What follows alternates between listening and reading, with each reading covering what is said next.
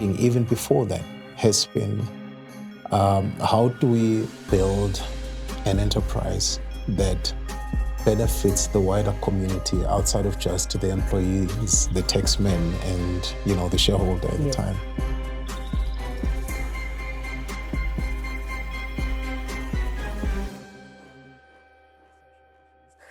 Very exciting to be able to pick your brain about this. I think this also gives us an opportunity to reconnect with you, because the last time we heard from you as FNB CEO was during the bank sale of share and listing on the Eswatini Stock Exchange last year.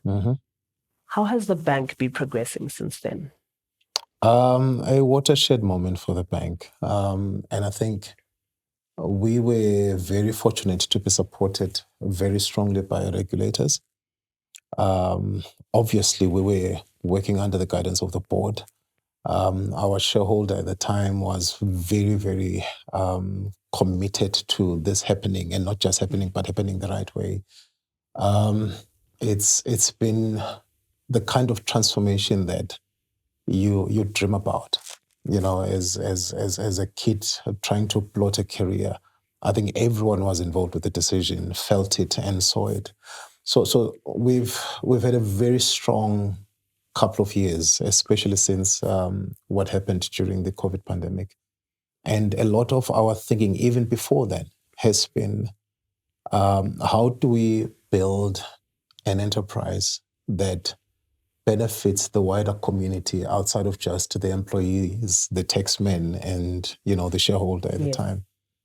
And we then came up with this idea that perhaps we should think about being broad-based in terms of our ownership.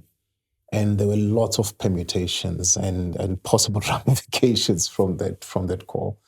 But I think even if some might argue it's imperfect, it's been a fairly balanced outcome in that ideally we wanted to do a retail offering and offer to individuals. But what we ended up with was being able to bring in groups of large members of society, or large groups that included members of society that were marginalized, perhaps, or may not have a direct opportunity to participate. They may not have the know-how, they may not have the understanding, they may not have the means. So how do we find them and bring them into the fold? And that was worked out quite nicely. So we've got in our ownership now pension funds that represent a lot of Emaswati, teachers, civil servants, big tick, big part of our customer base. We've got a cooperative society, the one that has teachers as members. We've got SWAS Empowerment Limited, which is investors, individuals, and pension funds. So we've got quite a nice mix and a nice blend, and we're able to sell 24.99% at the time. But what also excited us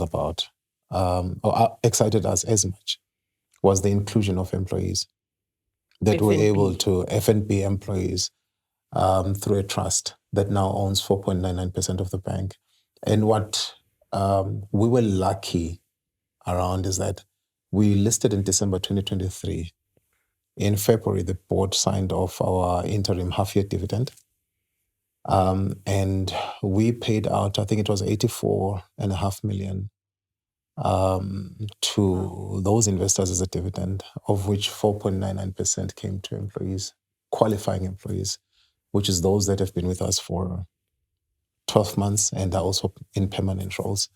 So outside of performance metrics, those qualifying employees walked away at a minimum with just over 10,000 emalangeni as individuals. And that is what transformation looks like, especially if we can sustain the performance going forward.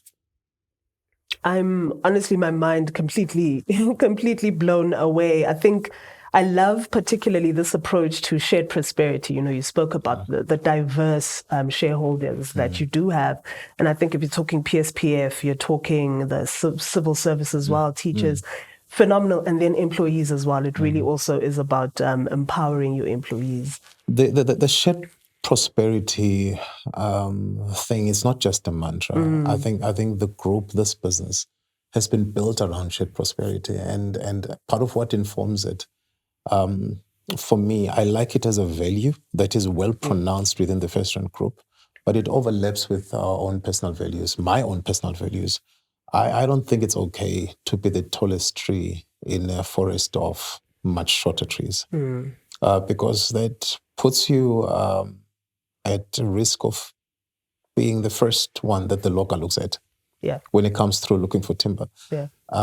You should be strong, be tall, and live up to your potential. But part of being strong and being enduring is making sure that you are not the only one. Yes. So in positioning yourself in society as an organization, there's a built-in commitment around this shared prosperity conversation that you have a responsibility to pull others up as well to your level. Otherwise, your success may be tested if you don't do that. Yes. Build the ecosystem of success around you, through your customers, through your employees, through other shareholders. So that is why I say it overlaps with my own personal values. I understand that completely. I love that. Build the ecosystem of success around you. That is a key takeaway, I think. And I, even just as you were speaking about your shareholding, I think even with my layman's understanding of banking jargon, that truly does sound phenomenal. I also heard you talk about half-year dividend payouts. I would like for you to unpack for us a little bit about FNB's financial performance and how it fared within the first 6 months of the financial year cycle 2023-2024. It's been pretty solid. One of the things that we've tried to live up to from the mandate that we've got from our board, it's not so much about chasing big profits every year. The mandate that I have as CEO is helping the organization to generate sustainable earnings. Yes. And the key word is sustainable. So this is not, I think, a group that is too keen on extreme volatility, where 1 year you shoot the stars out and the next year it's a collapse and the following year it's a different story. It has to be sustainable. And that's an important marker because it forces us as management to make responsible long-term decisions. So we're not chasing a 12-month outcome. We have to think, what will this decision mean in 5 years, 10 years, 15 years, 20 years? And therefore, the growth has to be based on authentic, meaningful decisions. One of the things that it has brought us to is you then have to balance that outcome with some of the long-term investment decisions. For instance, in building this new head office, that has taken 26 million of our annual profits for the next 10 years minimum. But is it the correct long-term call? It is, without a doubt, because we think we can leverage this structure. Yes. And make ourselves a lot more accessible, a lot more feasible, and also help build other businesses. So when the market reads our results at the end of this financial year in June, there probably will be 26 million behind where we would have been had we not built this. But it was the right call because it will birth new opportunities. And fantastic you mentioned that. I think there's something about investing in organizational culture as well by investing in a building such as this, right? Because your staff, your team that you lead must want to come and spend 8 hours in a building that that is as comfortable as this. Definitely. I think definitely that speaks for itself, and a very easy decision to defend, I would say. No, definitely.